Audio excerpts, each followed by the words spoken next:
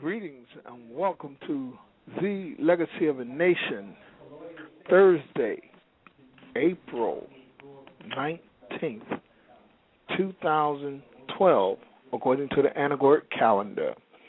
It is 9:04 at this time, and tonight you are in for a very, very special program brought to you by and arranged by Sister Elvira. Sister Elvira, Queen Elvira, will introduce the person to introduce the panel and give you the title of what it is we are about to experience. And at approximately 9:35, 9:40, we will open the phone lines for questions. Tonight is a very special night, a night we should all remember. Now, just before we begin, I need the total panel to press 1 on their phone. What I have to do is I have to put everyone to mute, and I want the panel only, to press the 1 so that I can identify all the phone numbers that need to be open. Okay? All right. So now we will begin in 20 seconds. Okay, Sister Elvira, are you there? Yes, I'm here. Okay. What I want you to do is introduce the person who will introduce the panel, and then they will begin. My phone will be on mute because I have excessive noise. Okay? Yes. All right. Thank you. Yes, sir. That would be greetings. That would be Mr. Derek Robinson from FFCHS.com. Derek, are you ready? Yes, I'm ready, Elvira. Thank you for your introduction. Thank you, too. Okay. Thanks, Elvira, and greetings to everyone in the audience. And I appreciate being here. Also, greetings to Ramasu. Thanks to him for having us here this evening. And we feel that we have a very important topic and some very important information to share with everyone. I'm Derek Robinson, the president of the human rights group called Freedom from Covert Harassment and Surveillance. Our website is freedomfchs.com. There are about 1,500 of us in our group, which is the very tip of an iceberg that is gigantic and is growing as far as numbers in the United States. We provide support for victims of organized stalking and remote electronic assault. We provide advocacy to legislators to ban the illegal use of mind control technologies. We provide outreach to the media and to the general public to raise awareness of organized stalking issues and the technologies of political control. What many of us are experiencing is something we call organized stalking and remote electronic assault. To define these terms, organized stalking consists of covert psychological assaults, which are designed to be interpreted and recognized only by its victim, whether at home, work, or in the community. We are regularly accused by some of being delusional. However, there is some tangible evidence to indicate that our claims are real and not imaginary. Yes.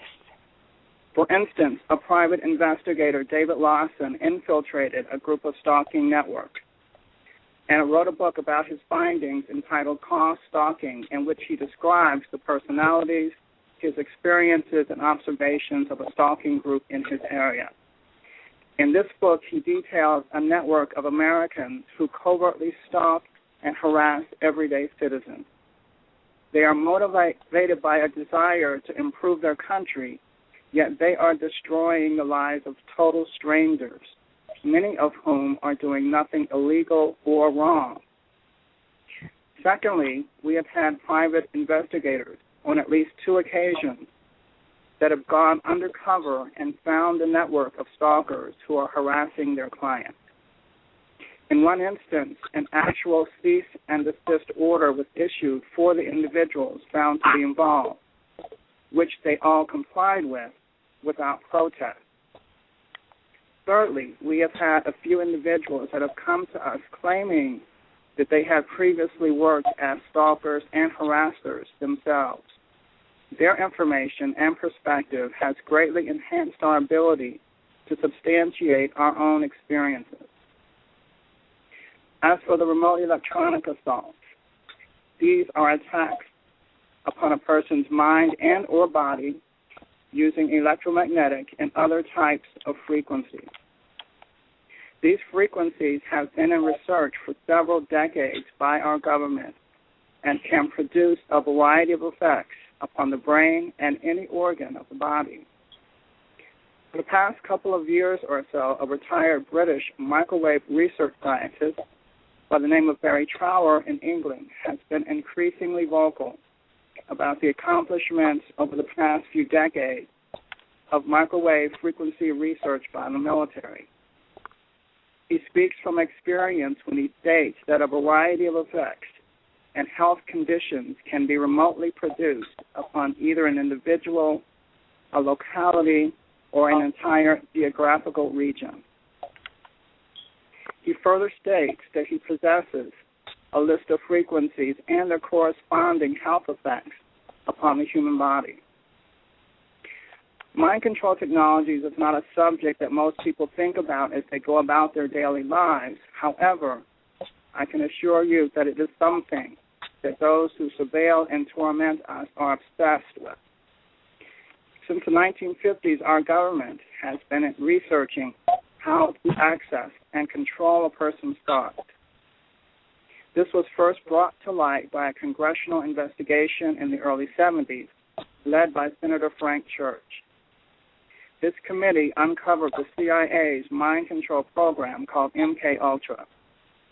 This classified program utilized men, women, and children, mostly non-consensually, in a variety of mind control experiments with drugs, mostly LSD, hypnosis, electroshock, surgery, and electromagnetic energy.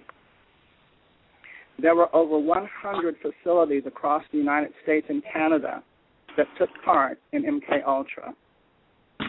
Top-notch universities, hospitals, military bases, defense contractors, psychiatric facilities, and prisons. Research subjects included non-consensual members of the public, children, college students, military personnel, and prisoners. After its discovery by Congress, this program was officially shut down. In reality, however, according to whistleblower accounts and many victims in our community, it secretly continues. So that today, we have found from our research and by corroborating our experiences that technologies of political control can exist for us as individuals as well as collectively throughout our society. Tonight, we hope to introduce you to a topic that may be new for some and informative for others. We have assembled a panel of activists from our community with a range of expertise and skill sets. I believe you will be able to relate to each and every one in his or her own way. Please hear their stories as they share their knowledge and experiences with an ear to understanding the type of control technologies that are proliferating and the infrastructure that covertly exists to support them. We invite your questions and comments as we seek solutions to overreach into our lives from governments, corporations, and certain individuals. Our panel members tonight come from various locations in the country. Each story is one of survival from seemingly impossible circumstances. As African Americans, we are innately qualified to understand the struggle for freedom. Many of us here survived the civil rights era only to find that now we are faced with a struggle for freedom that encompasses all of humanity. However, we believe that if we all stand together and as God be with us, that once again we shall overcome.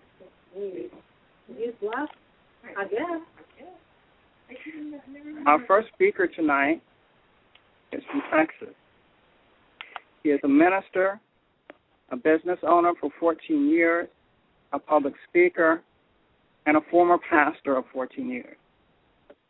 Mr. Bobby Bennett. Bobby, you here?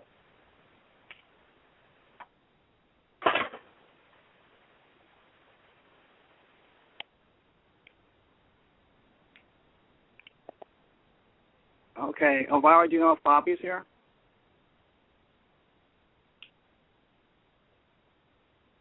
You have to give his last 4 digits of his phone number so that he can unmute him. Ramasu. Ramasu.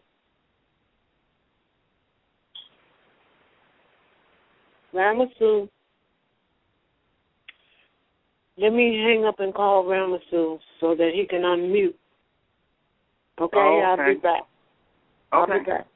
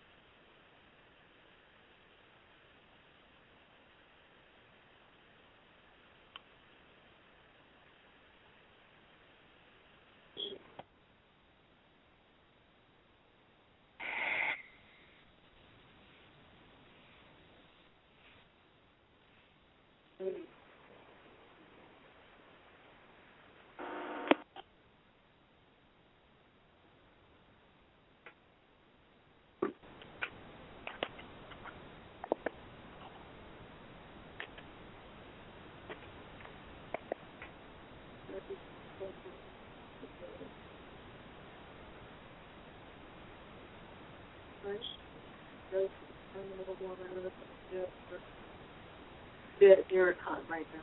He was expecting. I know. He should explain like more. Yeah.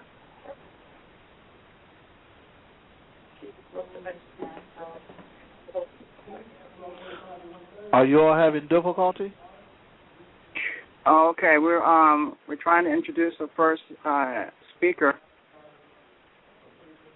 Okay, I'll make sure everybody's back in. Okay, everybody should be in. Okay, Derek, are you there? I'm here. Okay. There's one person I just got a text from somebody that may not be in just yet. Let's see. What are their last 4 digits? Oh, okay. Hold on. Let me see if I can find it.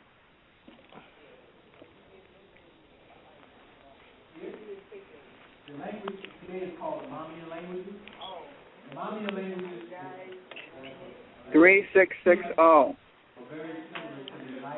Okay. You said 3660? They're That's in. correct. Yeah, they're in. Okay.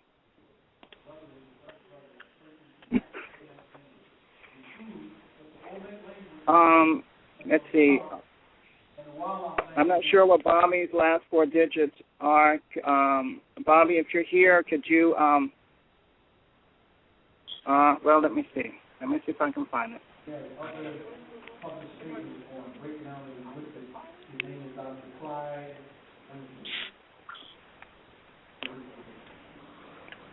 But the language group is called the Mommy language.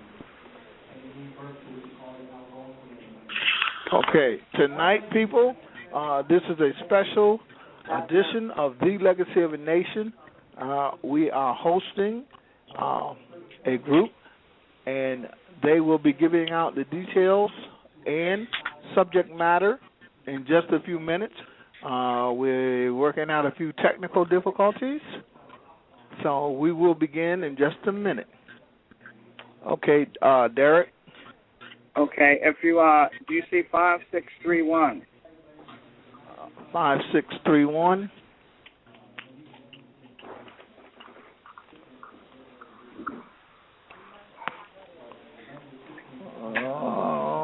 Okay. The answer is no, I don't see 5631. Okay. Well, I guess we can move on to the next person then.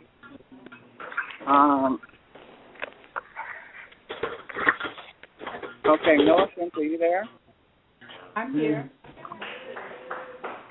Okay, well, I'll start with your introduction then. Since Bobby's not here just yet.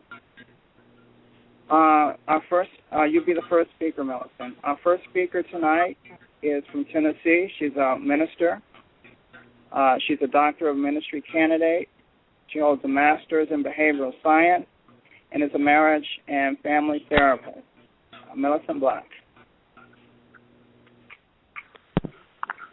Good evening. On March the 1st, 2011, I was among 20 others who told of their experiences as human research radiation experiments. My victimization was initiated over 20 years ago by a now retired Air Force person who was trained in trauma-based mind control technology.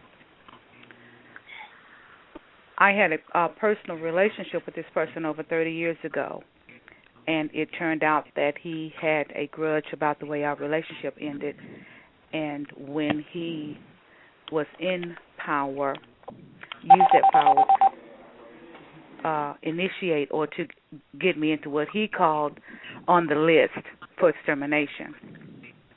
According to his Facebook page, he is still connected to the military and apparently continues his victimization of women and children with military cover. Since March 1st, 2011, I have visited the state legislature more than once, and that's here in Tennessee. I have had a 2.5-hour conversation with a fellow investigator, showed him a letter that I wrote to the person who I now call a stalker in a domestic violence sense, and had him actually tell me that this person has no authorization to do these things to me, that if indeed it was any kind of interrogation, it should have been over in 3 days. It's now been almost 5 years. Right. He also told me that the military knows how to stop him. They've already taken it up. I have spoken to Mildred Muhammad, who is the ex-wife of John Muhammad, who is was now the D.C. sniper. Her situation was so similar to mine that I was referred to her by the director of the Domestic Violence Center in the African American community, who is located in Minneapolis, Minnesota. I've been awarded a scholarship to attend the International Conference on Domestic Violence and Child Abuse in San Diego, California, since going to Washington, D.C., and that, again, was to speak at the President's Commission on Bioethical Issues about us being used as non-consensual research subjects. I've also had further communication by phone with Lynn Segala, who is the former Vice President of the American Psychotronics Association, and she has given me a letter that is addressed to the court and is to be used for additional evidence to link this stalking to the person that I have named. she also offers to be an expert witness, and that letter I have, among other documents, filed in my county courthouse. I have filed for an order of protection from this person who has been named as the stalker and was awarded a temporary order of protection. However, at the hearing for a permanent order of protection, because I had no attorney and he did, his attorney got the case dismissed.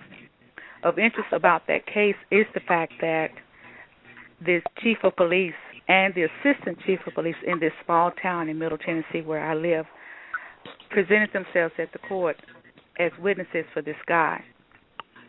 However, there are police officers who have asked to investigate my case, and they have been pushed away from it by that same chief of police. I had one police officer stand on my front porch and say to me, "Isn't this guy a part of a circle of friends, and doesn't they get together and compare notes?" The very next week, the same officer stood on my front porch and said, "But I thought at some point he's supposed to come forward and tell the nation that he's doing this to you." I said to that officer, "I have not one day given him permission to do such horrible things to me, and what about the psychological abuse that my children and my grandchild is going through?" So you see, these kinds of abuses are not only allowed but also sanctioned and in some ways participated with the higher-ups in law enforcement and in the military.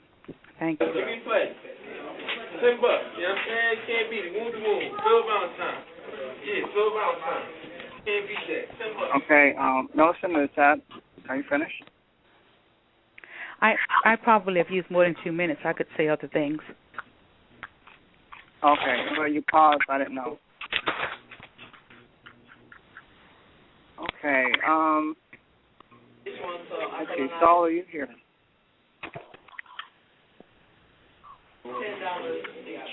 Okay, Saul, are you there? Nobody was there, so I didn't know what was going on. So There's some background noise. Is that on my phone? No. When she was talking, somebody had background noise. Is Ramos still there? That's Ramesses. That's Ramesses.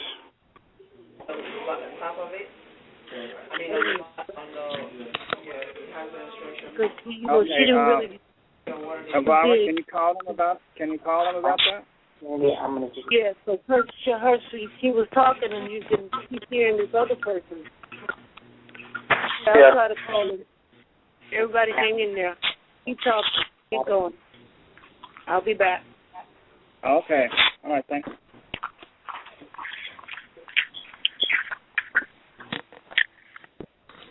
As the lady continued, it was background noise from the legacy of a nation as a producer. But as the lady continued. I can continue by saying I've met some wonderful people who have taken interest in my case and in my situation.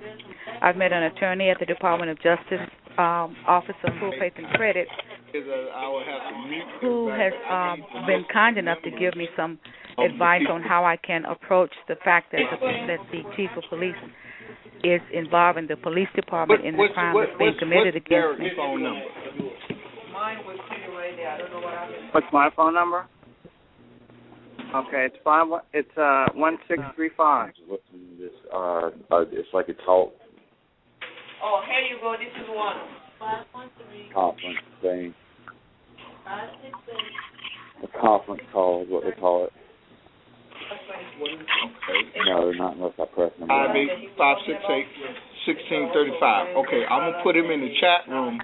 Talking about what's Got going it. I on. got it. You know, same stuff going on with me. Exact Put him in same the stuff. chat room with me so he can tell me all the phone numbers without interrupting the program. Okay? Mhm.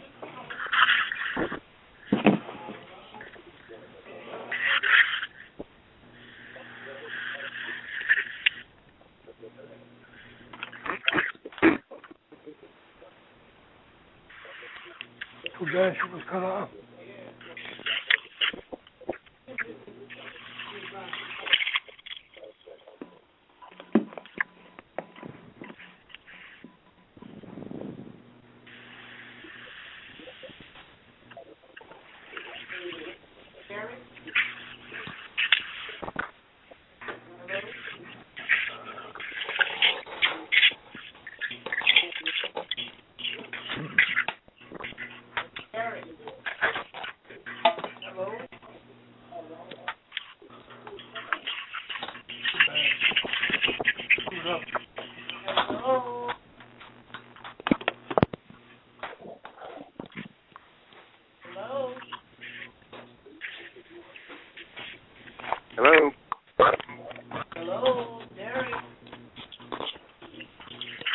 here? Anybody?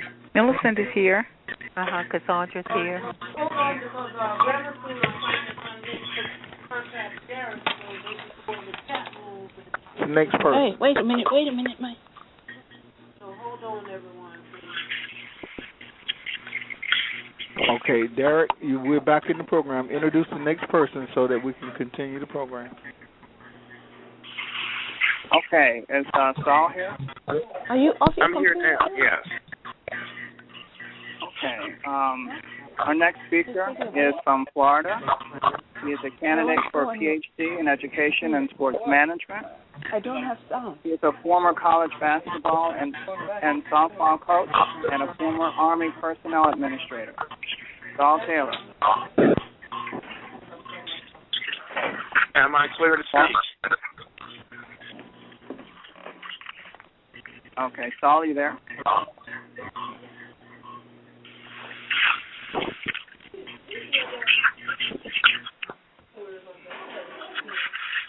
Okay, what are their last four digits? Okay, I'm trying to get Saul started here so I can get that information for you. Saul, are you there?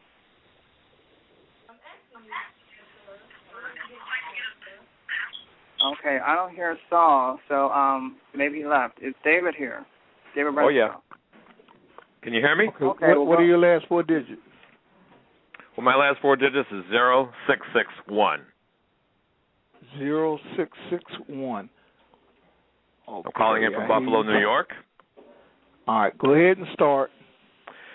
Okay, I'm just going to, I have been a recipient, I've been a target for 29 years. We're not going to get into a whole lot of details here. I'm more interested in my expertise, okay? I'm dealing with, what I'm dealing with, I'm starting with the Reagan years, 1980, okay?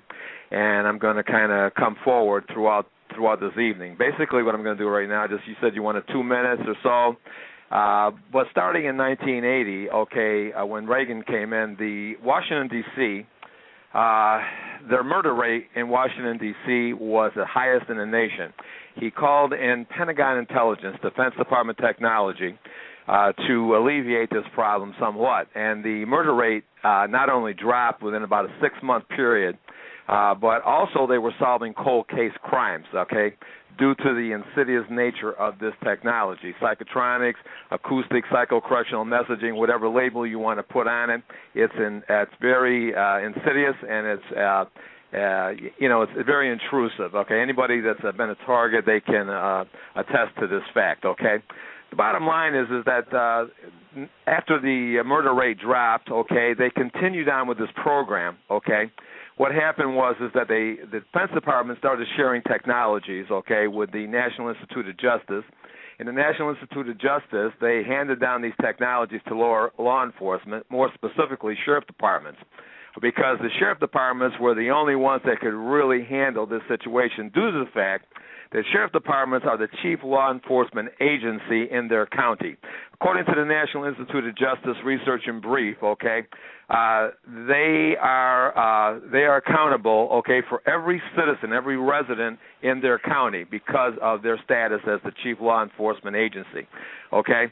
And what happens is they not only acquire information, okay, from their own residents, okay, but they also acquire information from anybody who passes through their county, okay, whether it may be, to attain social services, even the residents when they attend a town hall meeting, they're going to be subjected to be possibly being targeted to gain information because these are information weapons, okay. I was told by a physicist by the name of Dr. Henry Nichols, okay, that, he said that the main focus, I asked him what this was all about. He said testing strength and consistency of control over time. Okay, in other words, testing the strength of the technology, the consistency of every facet of the technology, whatever they're doing, whether it's migraine, headaches, muscle cramps, cancer, blurred vision, sleep deprivation, whatever facet it is, okay, testing strength and consistency of every facet of technology of controlling an individual or individuals over a long period of time. Now, you got to keep in mind that these technologies, they emit a extremely low frequency. In other words, they're able, when they come in at an extremely low frequency, this long wavelength, okay, can take in one person or a multitude of individuals at the same, pretty much the same time. They can lock into your personal residence. The way Ted Gunderson explained this to me in 1991, he said we're kind of like a walking electrical antenna. Okay, just picture yourself in your car. Okay, you're tuning in your radio station, your favorite radio station. Okay, he says this is not rocket science, by the way, so I think we can all attest to this. Okay, you're tuning in your radio station. Okay, and all of a sudden you attain resonance. You establish resonance. Okay, your radio station comes in clear. Now, in order to keep your radio station where you want it, okay, you lock it in, okay? If you have drive automobiles, you know what I'm talking about. Well, it's similar to this, okay? Locking in your resonance, this extremely low frequency, this long wavelength, okay, can take in one person, like I said, or a multitude of individuals, okay? And what happens once they lock in, what they do subliminally, they start sending out a series of innocuous words, table, floor, chairs, walls, whatever. Okay. Also, they're sending subliminal sounds. Okay. Now these you don't hear these sounds. Okay, but like I said, you don't hear the sounds, and they're also going to send out visual images. So you got the innocuous words, you have the sounds, and also the visual images, or more specifically, holographic projections, okay? Now, what happens here is you're getting these by the thousands throughout your day. 24 hours a day, you're getting this same thing. Now, they're coming in subliminally, but your brain, okay, responds to each and every word, each and every sound, each and every holographic projection, okay? What happens next is that they analyze these electrical responses, they store them, and then they replicate them at any time throughout the time that they have you. Okay, it's like I said, it's very, very insidious. Okay, now also picture yourself some of the pain that individuals, like if you had a chance to partake of the DVD when our group went to Washington, D.C. in March 1st of 2011, they spoke a lot about a lot of pain. Okay, some of the pain comes from this. Okay, like I just explained, you got your sounds, you have your words, your innocuous words, and you have your visual images. Okay. Also, say you had an injury, say to your leg or something, you had a surgery. Okay, and you remember that pain. That's an electrical response. Okay, that also can be stored, analyzed, and replicated. So you can get that same pain over and over and over and over again. It's just absolutely mind-boggling, the things that they can do to you, okay? Now, I think I've already taken a couple minutes here, but I just wanted to get that out real quick, okay, because, like I said, I did a lot of the things that I found out about over the years. I started with Ted Gunderson. One of the first books that, 1991 was the first time I actually hooked up with him. He was in Las Vegas. He was doing presentations about similar technologies like we're all experiencing, okay? And he charged something like $3,000 for one weekend, okay? Now, I wasn't able to partake in any of that stuff, but he was always very cordial to me. From the very first time that we met over the phone, he would always take time to explain things to me. But the first thing he told me to do when I talked to him in 1991 was to buy the book, okay? It's called The Holographic Universe by Michael Talbot, okay? And that book alone, okay, I have used that book over almost the last 3 decades, time and time again, because it's very, it explains holographic projections.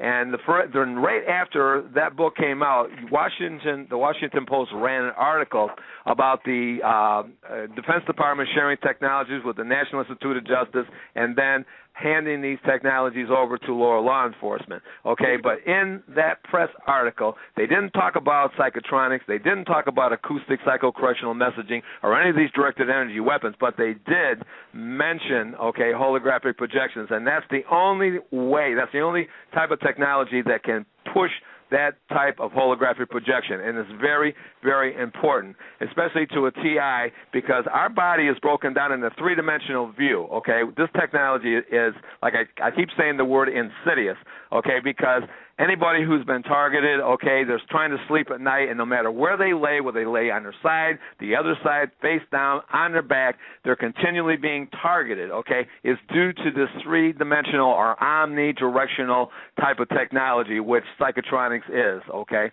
or these directed energy weapons. There's several different types, okay. FRED was one of the first directed energy systems. That's forward radar enhancement device.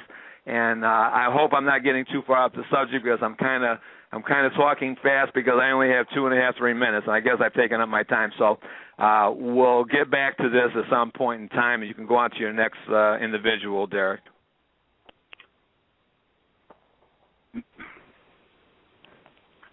Okay, thank you, David.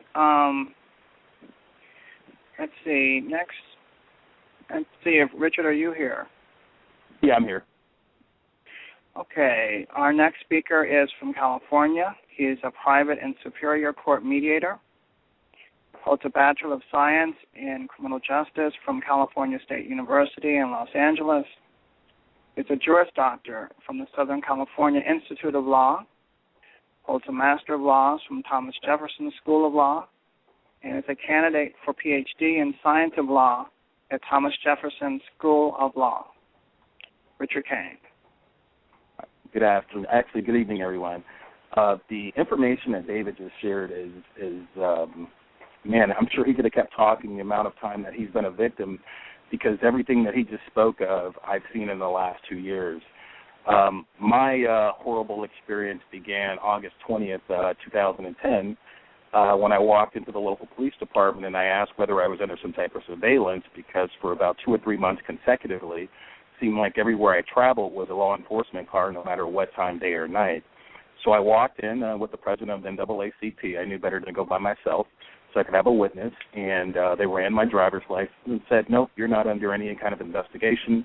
I let them know at the time I was a Superior Court mediator right down the street. I was a law clerk for the Public Defender's Office. I owned a company called Elite Attorney Services, and I was in my last semester of law school. So I was told, nope, there's nothing, you have nothing, you're good to go. So the very next day I'm at Zuma Beach hanging out with some friends, and 2 helicopters showed up and airplanes, and for an entire month I was followed pretty much bumper to bumper. No one pulled me over, but they were there. And I woke up on September 15, 2010, and my car was gone. So when I finally found out where my car was, I got to it, and it looked like it had been searched. A briefcase in the trunk of the car had been broken into, so I immediately filed a police report. It took me 18 days to get a case number on that particular report. So from that point all the way up until the present day, I have company everywhere I travel. It started out with local law enforcement, sheriffs, you name it, black and whites, undercovers. No one pulled me over, but they just followed my every movement. And somewhere around, say, November, December, I started noticing what I call military jets. You can see the contrail going back and forth over my residence or everywhere I traveled, no matter what jurisdiction in California. They were there.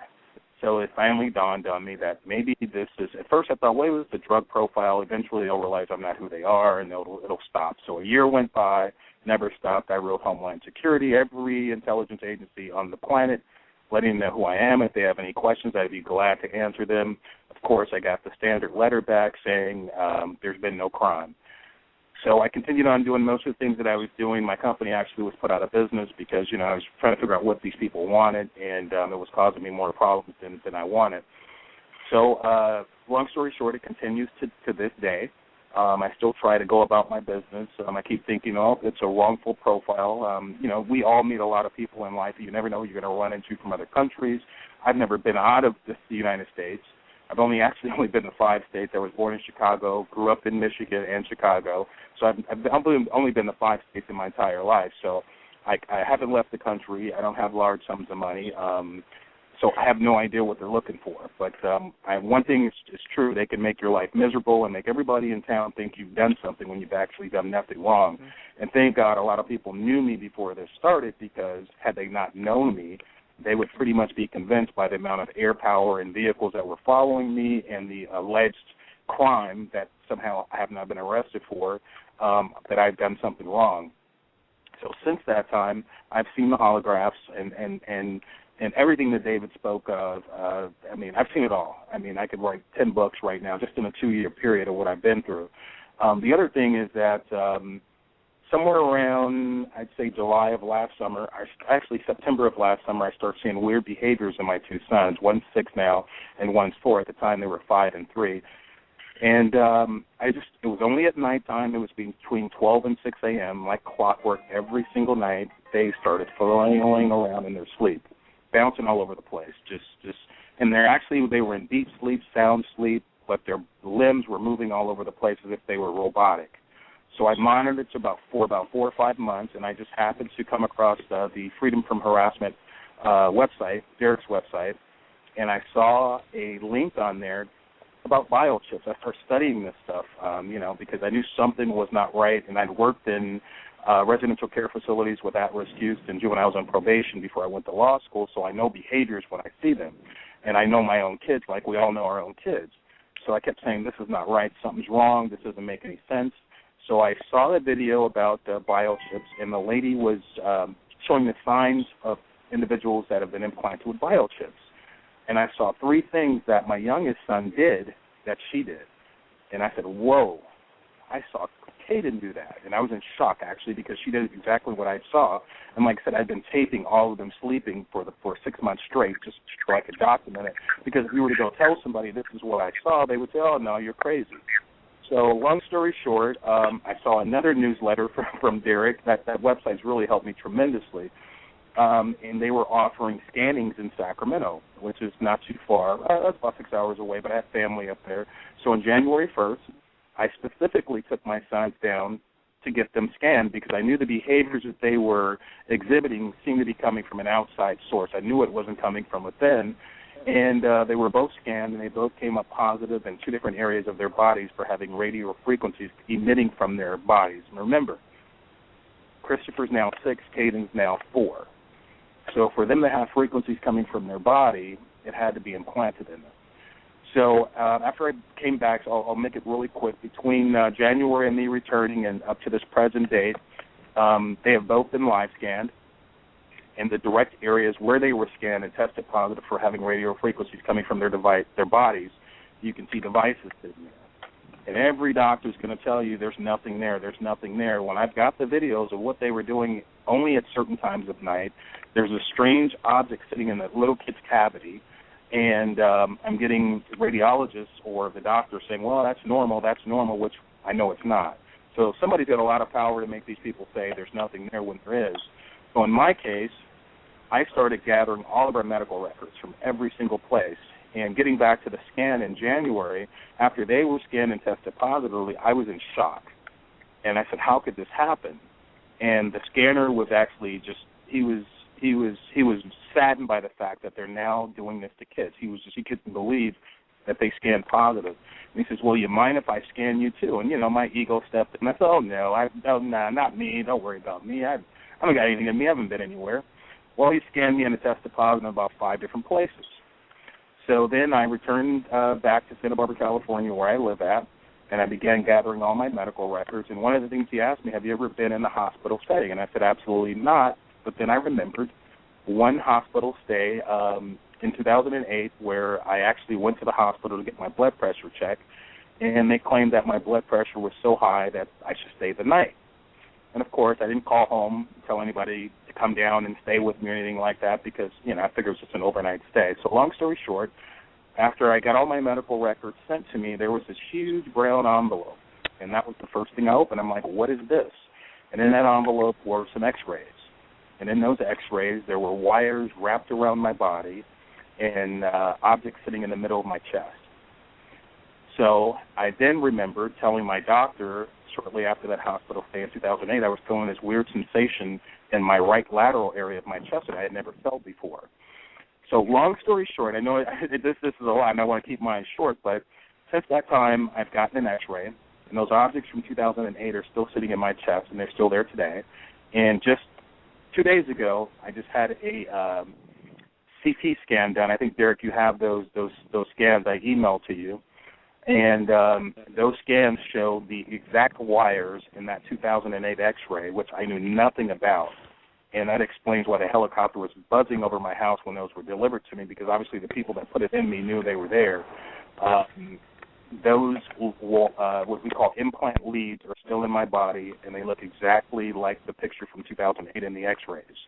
So during this whole time, I had doctors telling me there was nothing in the X-rays, when the average person who's not a radiologist can see that there's something foreign in the chest cavity of an adult male, while they were all saying, no, there's nothing there, there's nothing there. So the CT scan, as you guys all know, the CT scan is much more thorough, and it goes all the way through your body and through any object that's in your body, and it breaks everything up, no matter what it's connected to. And it breaks it down by frame, by frame, by frame, by frame, and you can see about 5 devices sitting in my body. And the only time I've been in the hospital ever in my entire life was in 2008.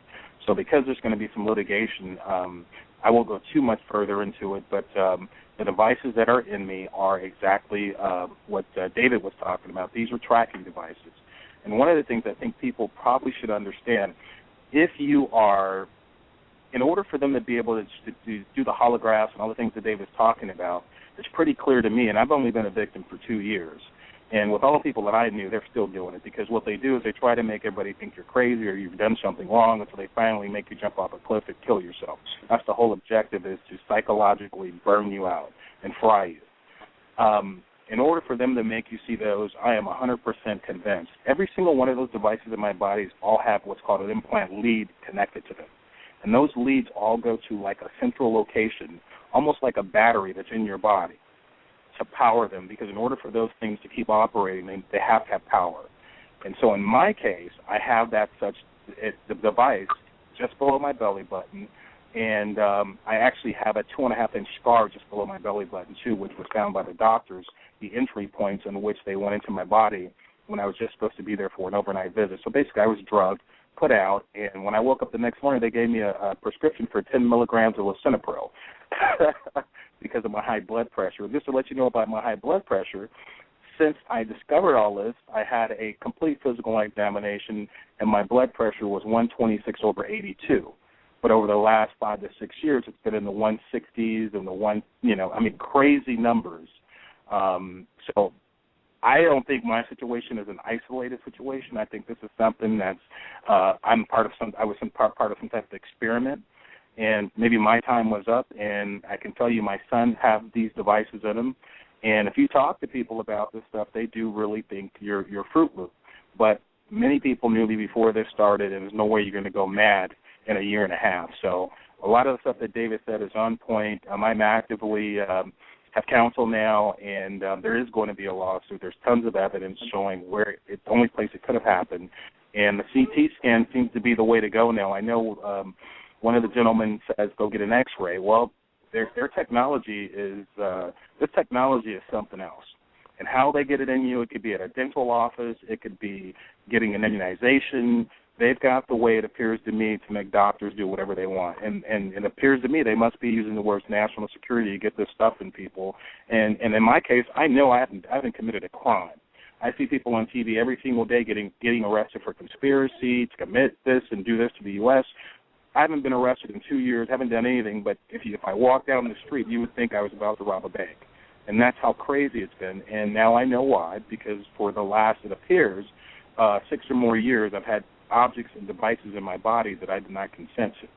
So that's the nature of my experience with becoming a victim. Prior to doing my research and finding Freedom from Covert Harassment website, I never heard of the word TI. I never knew the word, any of these words, victim, any of this stuff. So this was all new news to me, but one thing that I knew was to do a lot of research, and I think the research really helped me understand why they were doing what they were doing, because it's all psychological.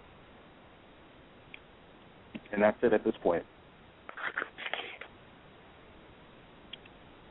Okay, thank you. Richard? see, our next speaker. Cassandra, you here? Yes, I am. Okay. Our next speaker is from Maryland. She holds an Associate of Arts degree and was a legal secretary for 20 years until she became targeted. Cassandra Williams. Thank you. Good evening, everyone. I became targeted at a large Washington, D.C. Legal firm, a corporate firm, Hogan and Hartson. They have since merged with another firm. It's now called Hogan Lovells. But what happened was I had to, working as a legal secretary, I had to fill in for another secretary who was out. A mistake happened that was caused by the attorney that I was working for. This attorney, in turn, tried to blame the mistake on me. When the real secretary came back and found out who really made the mistake, she came and told me. At that point, I just refused to work for her attorney anymore because her attorney really did try to blame me for it, was going to call my supervisor and, all kinds of things. So the very next time that they called me to work for this attorney, I flat out told my secretary, no, she lied on me. She tried to blame something on me. I'm not working for her anymore. Now, I believe that I was targeted based on an incident that happened because I was a floater. I knew almost everyone in that whole firm, all the employees, all the attorneys, simply because I went from office to office, from desk to desk. I was supposed to be able to sit down and do the job at any desk, in any area where I was sent. So they called me again to work for this woman, and I flat out refused. Well, things went normal after that, and then one day I remember walking on the 12th floor, and this strange guy comes walking towards me. Never seen him before, and there was no one else present in the halls or anywhere. And as he passed me, I heard, and I'm going to put the words heard in quotes, I heard something that said, "You can't say what you're not going to do." After that, I began to have all kinds of weird things that started happening to me at this firm with the participation of attorneys and my, fellow coworkers. It has, and I believe that it was done to protect the reputation of the attorney who tried to lie on me, simply because as a floater, I go from place to place to place. If people would ask me, well, Cassandra, how come you're not working for Jan McDavid? And that's the woman's name. Her name is Jan McDavid. How come you won't work for her anymore? Well, I would have had to have, I would think that someone, I would have thought that one of my supervisors would have pulled me aside and told me the best way to handle questions like that. But I think to protect this woman's reputation, because she's got a lot of accolades and a lot of awards and things like that, but I would have think that someone would have told me how to handle the situation and people asking me. Instead of that happening, I believe that they had me targeted. Well, I know that they had me targeted to have all of these crazy things happening in my life. When I go to talk about them, you seem crazy. Well, certainly if you say, well, and this attorney did this and she did this, they wouldn't believe that either. So I believe that they really had this targeting put into my life to protect this woman, to always make me seem not credible. So what happened, I began to have all of these really weird things happen on my job. They fired me. Then they followed me to my home. The way that I found out about Derek was after a while of my lights blinking on and off or dimming and brightening in each room that I went into. Or I've had a lot of car vandalism. I've had a lot of house vandalism, and I moved down into Washington D.C. by myself. I was, all by myself in a neighborhood. I never, I didn't know anything about D.C. these things began to happen to me. I began to hear these sounds in my house. This was before any kind of bodily stuff began to happen to me. They began what was happening to me seemed so weird. One day I just got on the computer and I put in a search term. That search term brought me up this woman's name, Eleanor White. I wrote to Miss White. I'm like, all of this stuff is happening to me, and I know I am not crazy. Based on the website that directed me to her, I thought that this was a person that I could write to, and she had an email address. And so I wrote to her.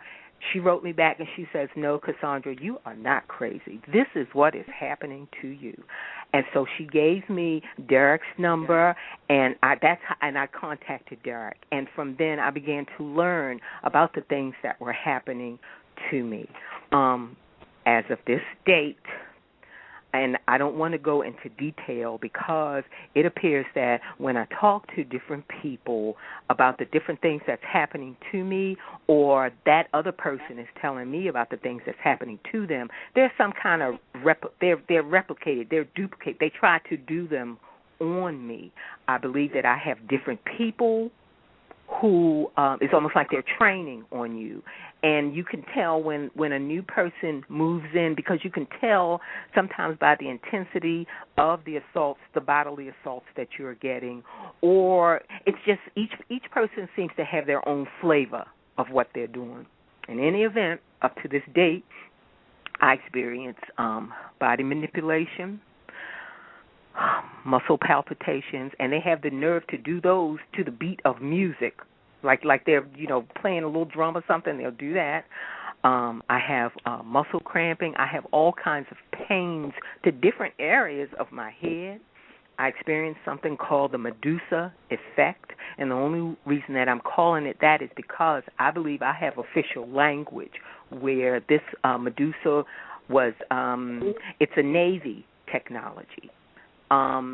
And it's got something to do with private contractors. Well, anyway, I have language regarding that, and it matches me. It mirrors my symptoms perfectly. I get stings on my body and my head, to my legs, to my stomach, to my hands. I receive severe itching. I have frequencies that come into this house, and it seems as though they come whenever I get near a window. I can feel them. However, I have a cat that I believe can see this stuff that I can't see, but yet I feel. Let's see. I have these vibrations whenever I try to sit down and have a little bit of rest. I call them the T&Ts, the trembling and the tingling, but it's more like vibrations in different parts of your bodies. I have a severe pins and needles effect. It feels like I'm being electrocuted. I have an electrical feeling that starts at the top of my head, and it winds its way down through my entire body, and it settles in my lower legs, and it just tingles. I have heart palpitations. Even when I'm calm, I can be calm, thinking the best thoughts, just really feeling okay at that time. And my heart will start beating really, really quick, or they'll slow it down. I have pains to my vagina. I have jabbing pains that happen in my ears. I one time had a rice-shaped, painful lump on the top of my foot.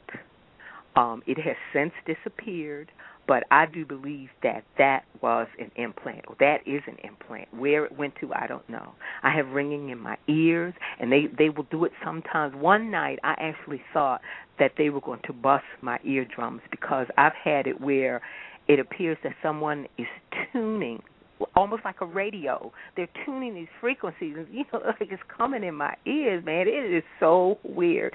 I've had police harassment, fire engine harassment, neighborhood harassment from neighbors and people not known to me, but they come, they're around my house. If I went to speak to anybody professional about this, or even a lay person, they would think that I was crazy. but I'm having these things happen to me. Whenever I try to make any kind of connection, I am virtually friendless. It seems that someone has gone and told different people something about me. I don't know what it is, but no one contacts me anymore. I've had, they can manipulate my breathing. They can even stop my breathing. They mess with my TV. I have sound projection, phone tampering. They've messed with my mail, my property, my car. I came up one day and I found these wires. Somebody had been in my car, and I had these wires that were hanging down in the area where the steering wheel is, up underneath it. These wires just started hanging down. People, I could tell that someone they would take the locks off of my car. They would go in my car, go in the trunk. I've had a lot of car vandalism.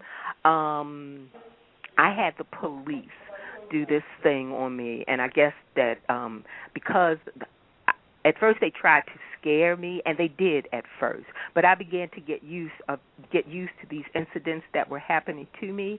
But one day I was coming home alone, and somebody drove up behind me, and they hit my car on the left end, at the left bumper, and spun my car around. I got myself together, and I chased this person all through this little neighborhood that I had never been in before. So when I got to a certain street that I really didn't know, I stopped chasing this person, and I went straight to the police department. Do you know, when I got to the police department, those two policemen came out, and I was showing them the damage to my car. They pretended like they didn't see it, like I was crazy. I went home, and I did a little research, and I found out that maneuver is called the fishtail maneuver, and it is used by police to stop a car. It's called different things in different parts of the country, but what I saw